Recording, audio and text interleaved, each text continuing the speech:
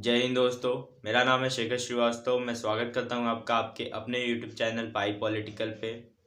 सो कैसे हैं आप सभी?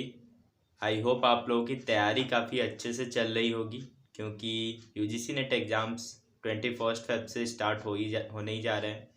और पॉलिटिकल साइंस या अन्य जो प्रमुख विषय हैं उन सभी की डेट्स लगभग आप मान के चलिए कि 26 फेब के बाद डिक्लेयर हो जाएंगी।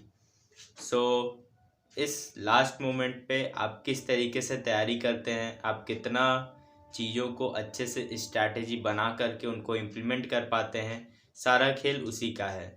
बहुत से लोग ऐसे होंगे जो कि बहुत साल से या बहुत समय से तैयारी कर रहे हैं, बट वो कहीं ना कहीं फेल हो जाते हैं इस एग्ज़ाम में। और बहुत से ऐसे बच्चे भी मिलते हैं जो कि 2 से 3 महीने के तैयारी में वो जेआरएफ भी निकाल लेते हैं।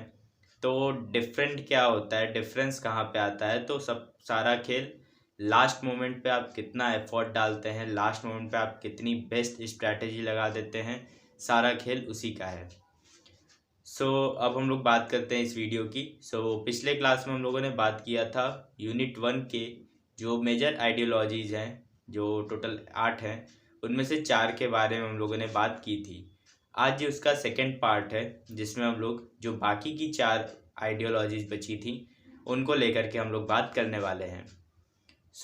आइए इसको स्टार्ट करते हैं। तो सबसे पहली जो विचारधारा जिसकी बारे में हम लोग बात करने वाले हैं वो है नारीवाद, फेमिनिज्म। जितनी भी विचारधाराएं आई हैं, चाहे आइडियलिज्म हो, लिबरलिज्म हो, आपने जितनी भी नाम सुनी हो, ये जो कॉन्सेप्ट है ये बेसिकली 20th सेंचुरी में ज़्यादा प्रबलता से और वर्तमान में तो बहुत ही ज़ोरों शोरों से यह विचारधारा अपना प्रभुत्व दिखा रही है। लेकिन इसकी शुरुआत आज से लगभग 17वीं-18वीं सदी में इसकी शुरुआत हो चुकी थी, इसके अंकुर दिख चुके थे। तो आइए जानते हैं इस विचारधारा के बारे में। तो फेमिनिज्म, ये जो वर्ड है फेमिनिज्म, इसे सबसे पहले चार्ल्स फूरियर ने यूज किया था। किसने किया था? चार्ल्स फूरियर ने। तो देखिए, कोई भी आप आइडियोलॉजी पढ़िए तो किसने उस टर्म को यूज किया था, ये बहुत ही ट्रिकी हो जाता है और आपको पता होना चाहिए, क्योंकि आपको दूसरे लोगों से काफ़ी एज देता है। तो चार्ल्स फूरियर ने फेमिनिज्म वर्ड को यूज किया था और ये उन्होंने स्त्री मताधिकार के संदर्भ में इसका यूज किया था।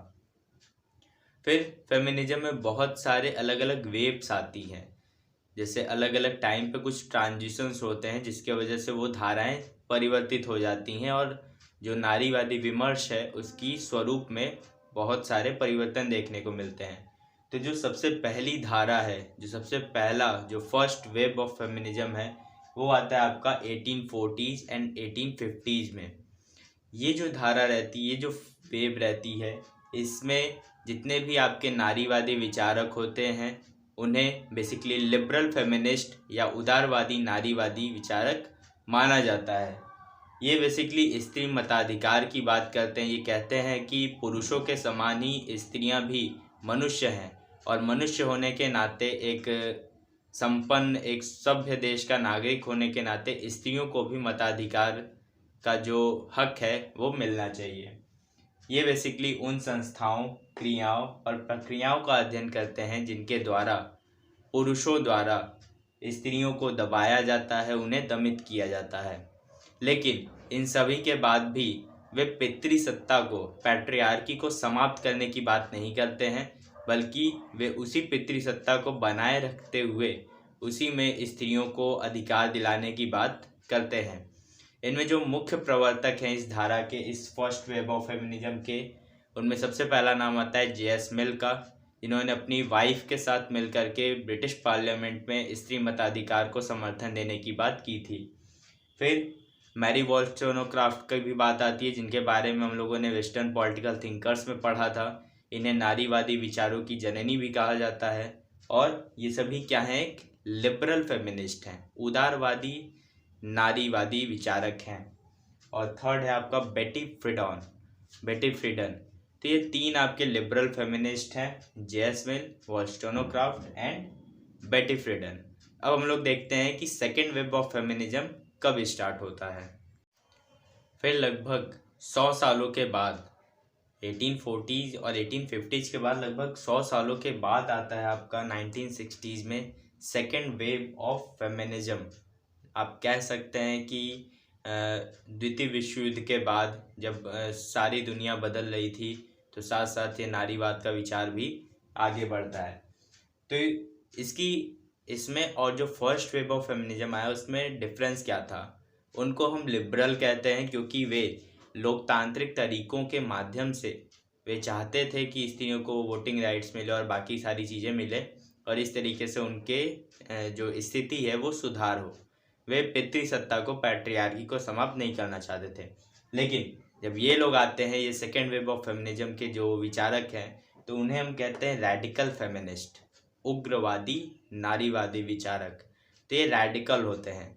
इनका कहना है कि नहीं, स्त्री को मुक्त कराने के लिए हमें पैट्रियार्की को जड़ से समाप्त करना होगा। ये जो पितृवादी संरचना बनी हुई है, यहाँ तक कि जो फैमिली है, ये भी एक षड्यंत्र के तहत स्त्रियों को बांधने के लिए बनाया गया है। और इसी में एक बहुत ही फेमस कोटेशन है, personal is political. Personal is political मतलब कि जो हमारा परिवार है वो भी एक राजनीतिक विमर्श का एक बिंदु होना चाहिए। इसे हम राजनीति से पृथक नहीं कर सकते कि नहीं, घर के चार दीवारी के अंदर अगर किसी स्त्री के साथ कुछ हो रहा है तो उस पर हम बात नहीं करेंगे क्योंकि वो एक क्या है, निजी मामला है। तो ये कहती है कि नहीं, कुछ भी निजी नहीं होता है, पर्सनल भी क्या है, पॉलिटिकल है। और ये किसने दिया था ये स्टेटमेंट? ये कैरोल हैनिस्क ने अपना एक एसे पब्लिश कराया था जिसका टाइटल था पर्सनल इज पॉलिटिकल, 1970s के आसपास। तो इसको आप लोग ध्यान रखिएगा, कई बार पूछा जाता है। तो कैरोल हैनिस्क ने इसे दिया था। फिर एक बहुत ही फेमस विचारक होती हैं जिन्हें रैडिकल फेमिनिस्ट का एक तरीके से अगुआ माना जाता है, सिमोन डी बेवॉयर।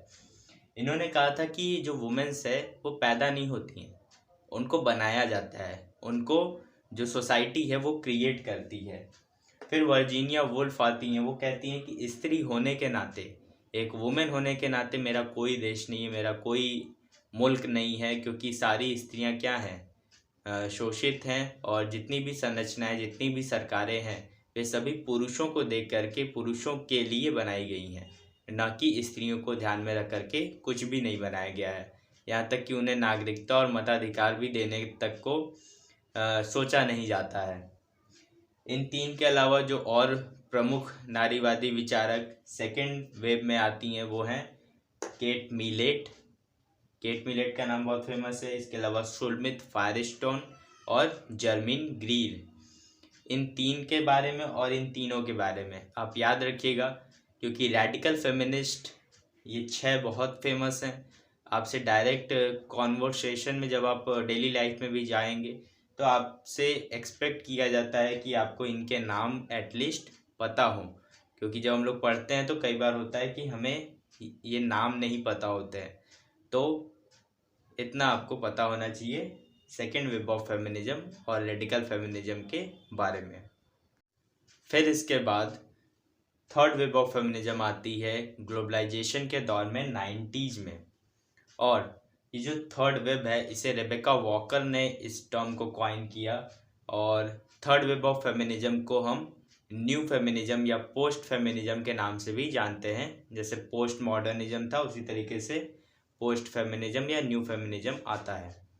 तो याद है आप लोगों को, फर्स्ट वेव ऑफ फेमिनिज्म को क्या कहते हैं? Liberal feminism. Second wave of feminism को कहते हैं रैडिकल फेमिनिज्म। और थर्ड वेव ऑफ फेमिनिज्म को हम कहते हैं न्यू फेमिनिज्म या पोस्ट फेमिनिज्म। इसमें बेसिकली स्त्री पुरुषों के जो भेद है उससे आगे बढ़ करके जो वुमेन्स है उनके बीच जो डिफरेंसेस है उनको लेकर के बात करते हैं कि अभी तक का जो विमर्श रहा है, जो भी फेमिनिस्ट मूवमेंट्स रहे हैं वो नॉर्मली डेवलप कंट्रीज में रहे हैं, चाहे वो यूके हो, यूएस हो। लेकिन जो भी अफ्रीकन कंट्रीज है, एशियन कंट्रीज हैं या लैटिन अमेरिकन कंट्रीज हैं, उनमें इन विमर्शों पर ध्यान नहीं दिया गया है। और ये जो थर्ड वेव है ये उन सभी को लेकर के नारीवादी जो विमर्श है उसका जो दायरा है उसको और विस्तार कर देती है। और इसी के अंतर्गत बात होती है ब्लैक फेमिनिज्म की, जो कि यूएसए की बेल हुक्स द्वारा स्टार्ट किया जाता है। इसमें पोस्ट कॉलोनियल फेमिनिज्म मतलब कि उत्तर औपनिवेशवादी नारीवाद की बात होती है। इसमें अरुंधति रॉय और चंद्र तलपड़े का नाम बहुत ज़्यादा फेमस है।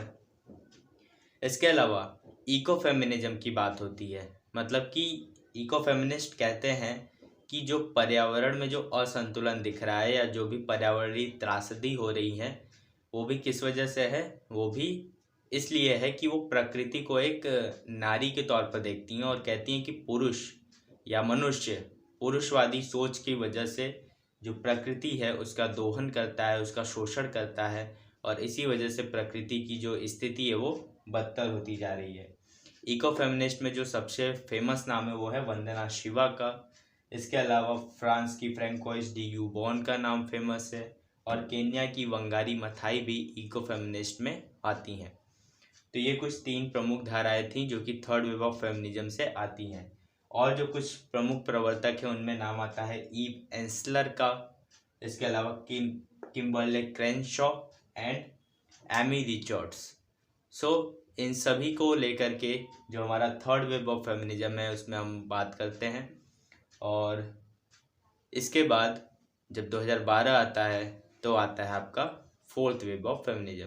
तो आइए अब उसको हम लोग देखते हैं। इसके बाद सन 2012 में आता है आपका the fourth wave of feminism. ये बेसिकली इसमें बहुत सारे परिवर्तन आते हैं।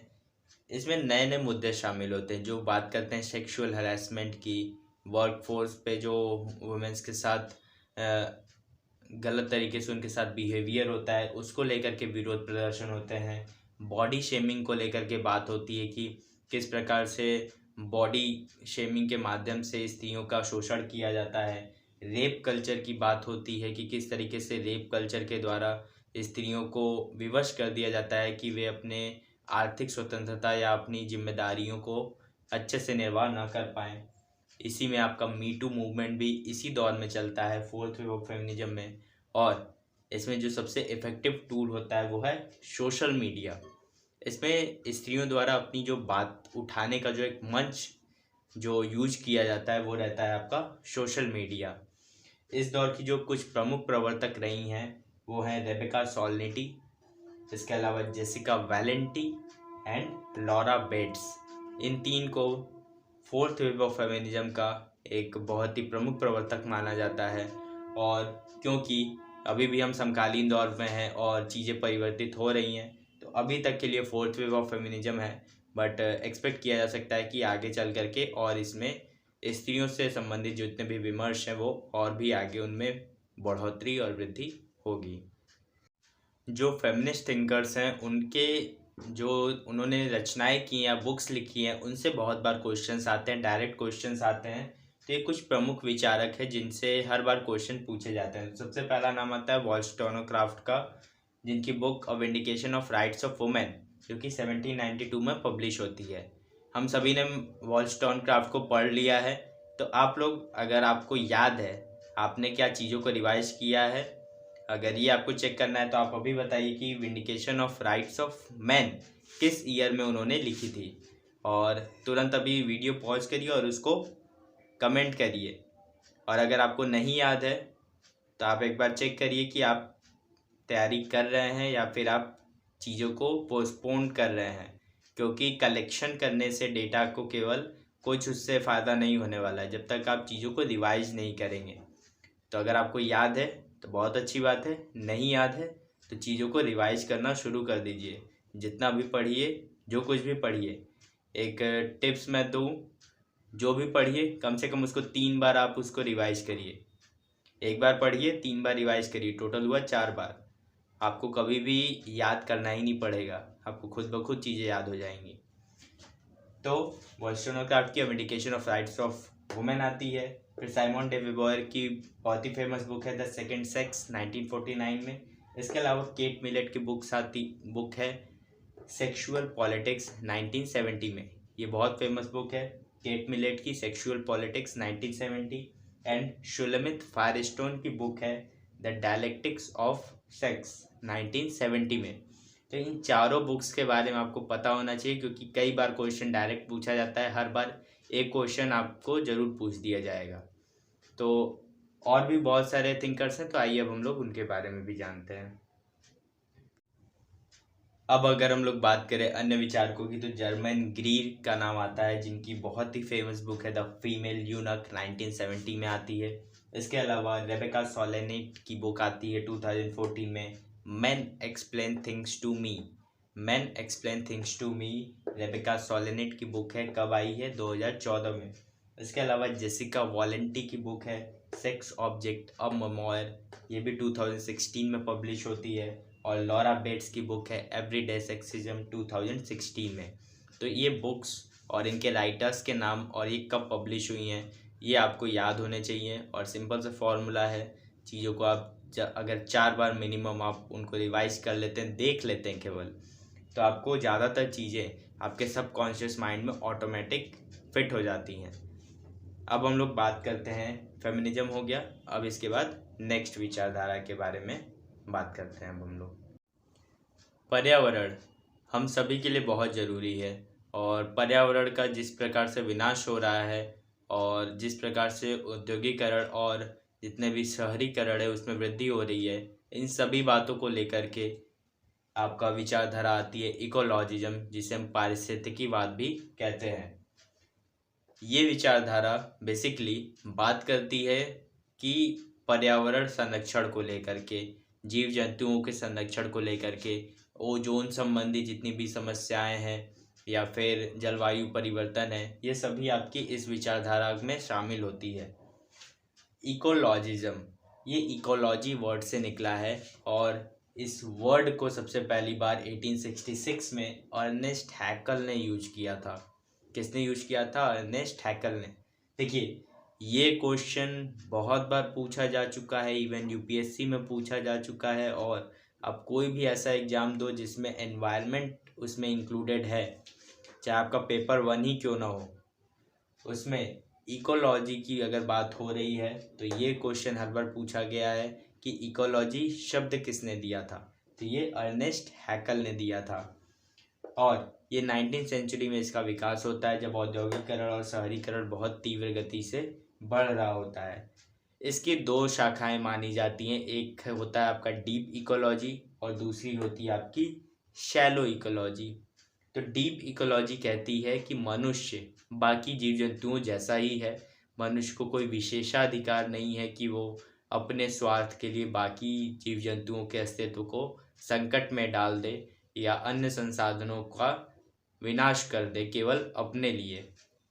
जबकि जो शैलो इकोलॉजी है वो कहती है कि पर्यावरण संरक्षण जरूरी है, लेकिन हमें मनुष्यों की जो आवश्यकताएं हैं उनकी पूर्ति करना भी आवश्यक है।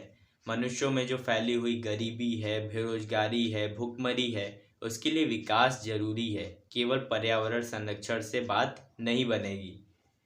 और इसी को लेकर के शैलो इकोलॉजी के अंतर्गत आपका एक कॉन्सेप्ट आता है सस्टेनेबल डेवलपमेंट का, जो कि बात करता है धारणीय विकास की, कि हम विकास भी करेंगे लेकिन पर्यावरण को ध्यान में रखते हुए।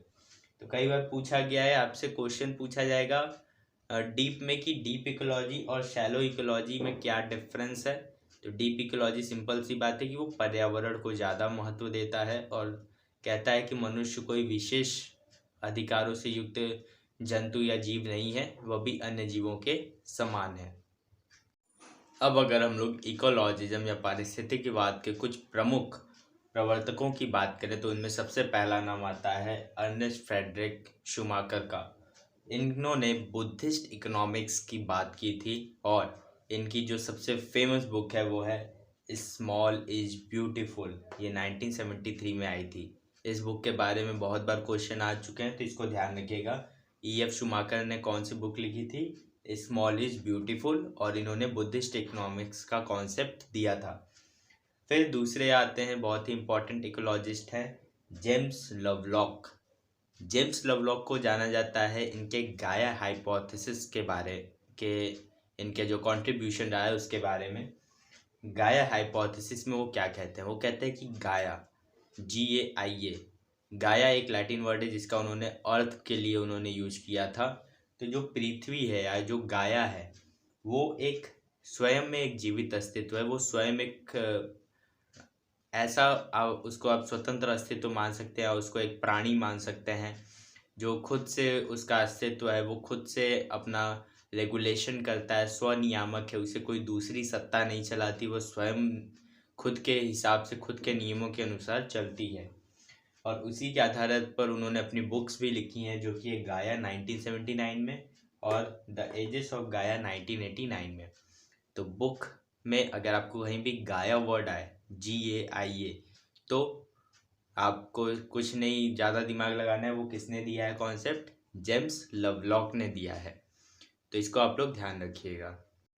जेम्स लवलॉक के बाद जो अगले विचारक हैं वो हैं मूरे बुकशिन। मूरे बुकशिन को सोशल इकोलॉजी का प्रवर्तक भी माना जाता है।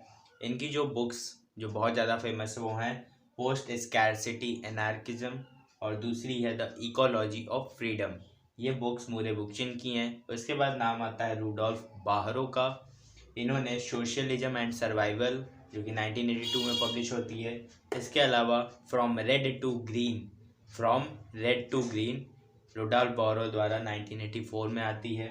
फिर कैरोलिन मर्चेंट की दो बहुत ही फेमस बुक हैं। पहला है the death of nature by Carolyn Merchant जो कि 1980 में पब्लिश होती है और रेडिकल इकोलॉजी 1991 में आती है। तो देखिए बुक का नाम क्या है, रेडिकल इकोलॉजी।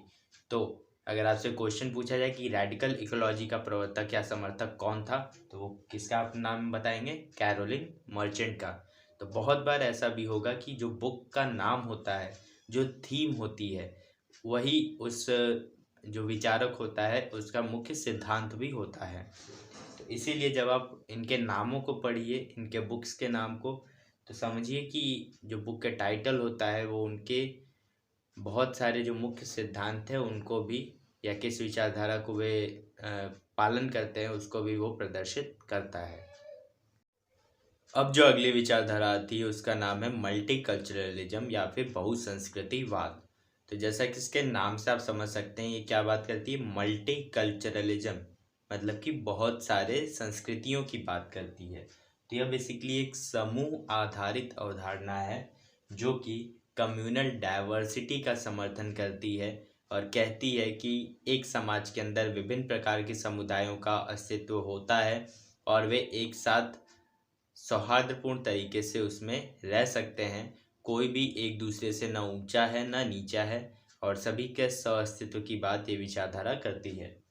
इसकी शुरुआत जो हम मानते हैं वो 1960 में यूएसए में जो ब्लैक कॉन्शियसनेस मूवमेंट चलता है उसके दौरान इस विचारधारा का बहुत ही जोर शोर से प्रचार होता है और इसमें बात होती है ब्लैक प्राइड की, जो काले लोग हैं उनके गौरव की बात होती है। इसके अलावा डिस्टिंक्टिव अफ्रीकन आइडेंटिटी की बात होती है कि जो अफ्रीकी मूल के लोग हैं उनकी भी एक अलग पहचान है, उनकी भी एक अलग विशेषताएं हैं। इन सारी बातों की बात इसमें होती है। ये बेसिकली बात करती है मान्यता की राजनीति की, जिसे हम आइडेंटिटी पॉलिटिक्स भी कह सकते हैं। इसके अलावा ये संस्कृति और पहचान की राजनीति और अल्पसंख्यक अधिकारों की बात करती है। जो माइनॉरिटी हैं भले ही वो संख्या में कम है लेकिन उनको भी राइट्स मिलने चाहिए, इसकी बातें करता है।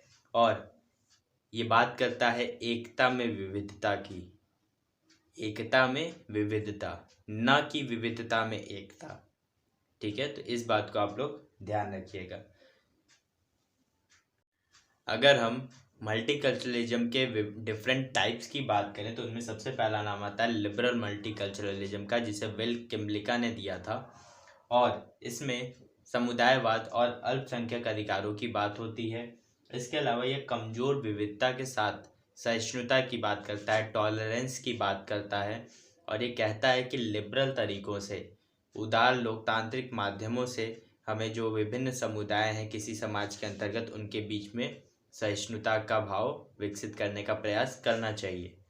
फिर इसके बाद दूसरा आता है आपका प्लुरलिस्टिक मल्टीकल्चरलिज्म, मतलब कि बहुलवादी बहुसंस्कृतिवाद।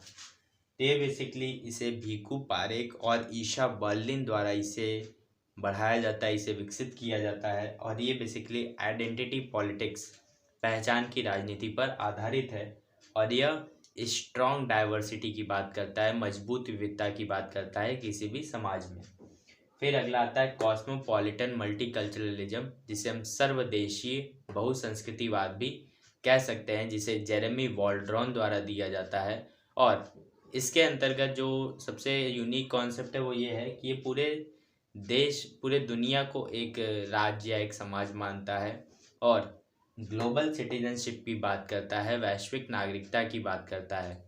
वो कहता है कि जैसे एक राज्य में हम देखते हैं कि बहुत सारे समुदाय हैं, तो अगर हम पृथ्वी को एक समाज मान लें तो उसमें भी बहुत सारे समुदाय हैं अलग अलग राज्यों में।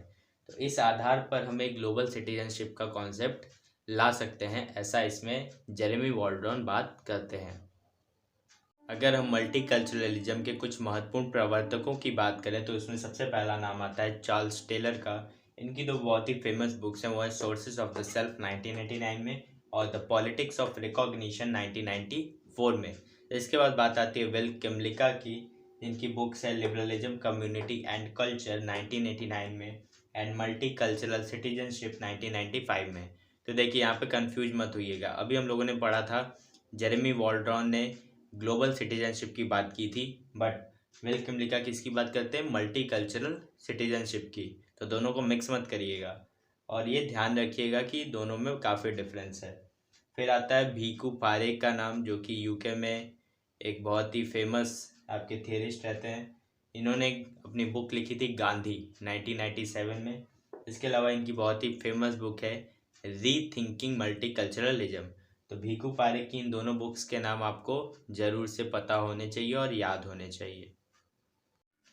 अब हम लोग बात करते हैं अपने अगले, और ये जो हमारा यूनिट है इसमें जो सबसे अंतिम विचारधारा है वो है पोस्ट मॉडर्निज्म, उत्तर आधुनिकतावाद। तो इसकी शुरुआत बेसिकली फ्रांस से होती है और ये बेसिकली बात करता है पोस्ट मॉडर्निज्म। तो पोस्ट मॉडर्निज्म का मतलब होगा कि पहले मॉडर्निज्म आया होगा। सो आखिर मॉडर्निज्म से क्या समझते हैं, तो ये कहते हैं कि मॉडर्न सोसाइटीज़ कब क्रिएट होती हैं, जब इंडस्ट्रियलाइजेशन होता है, जब औद्योगिकीकरण होता है यूरोप में।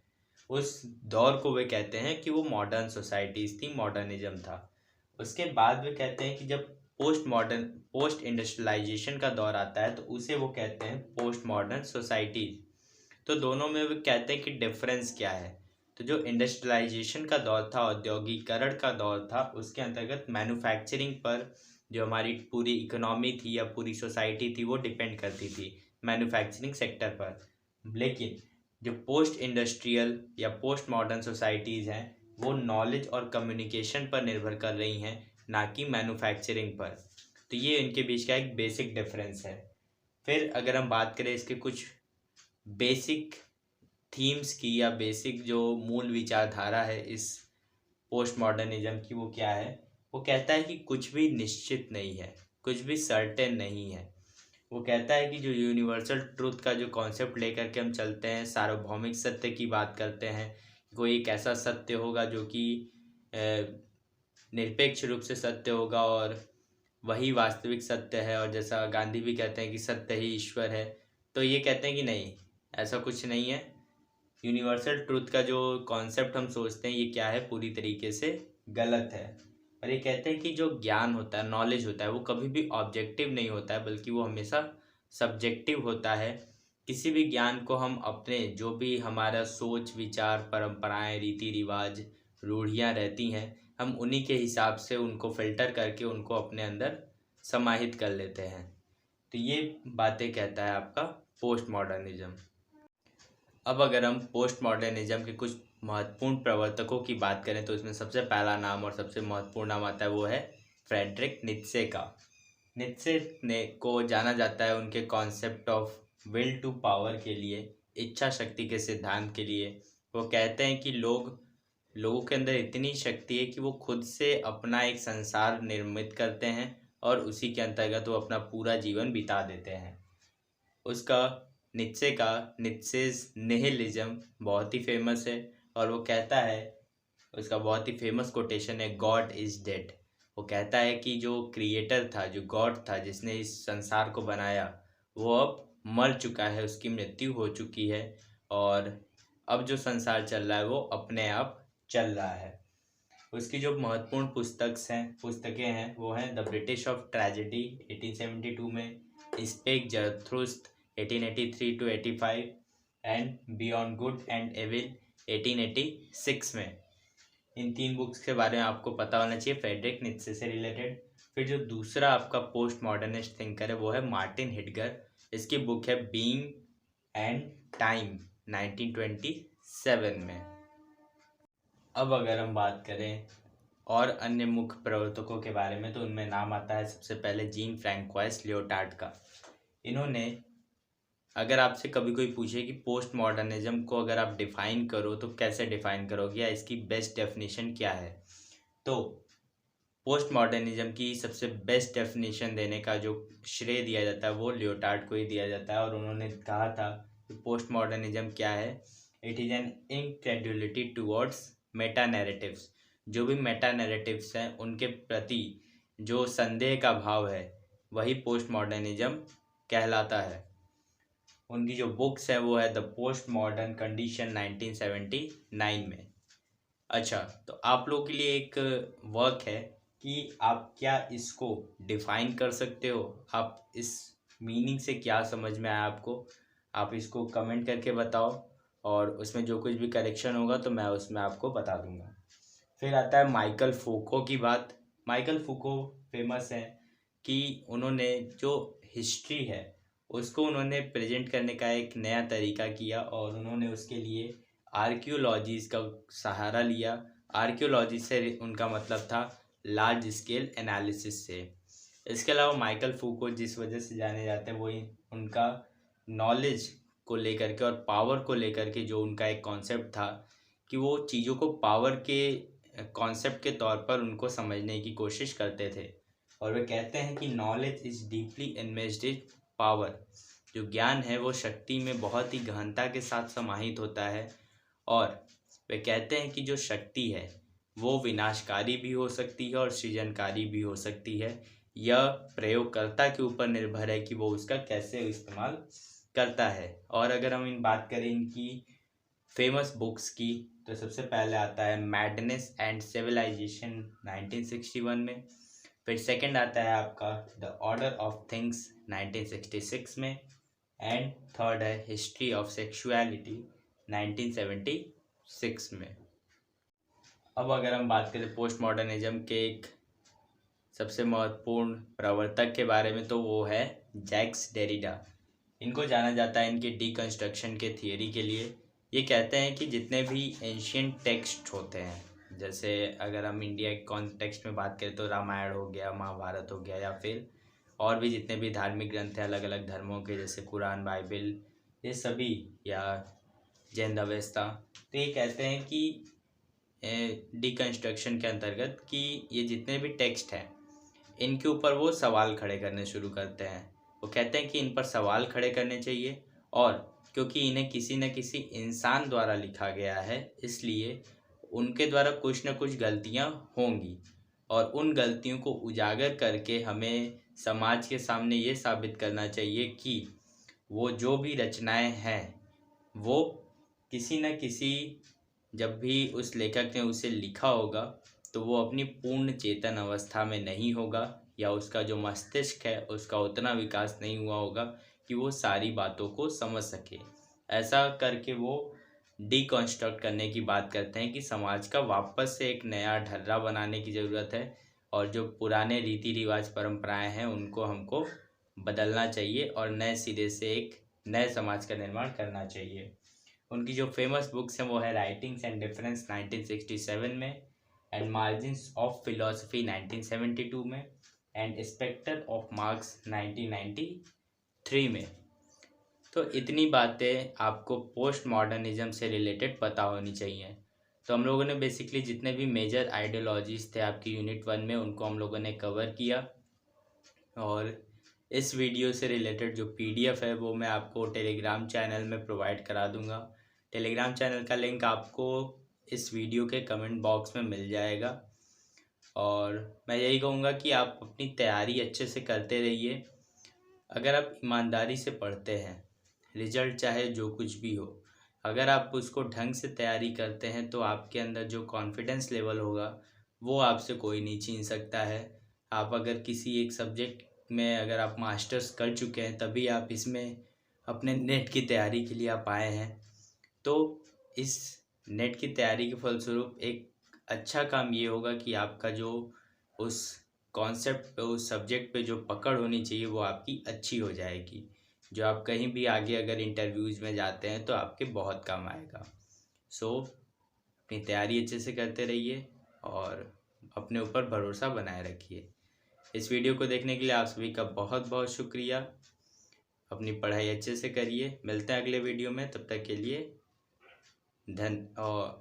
लिए गुड बाय। ठीक है।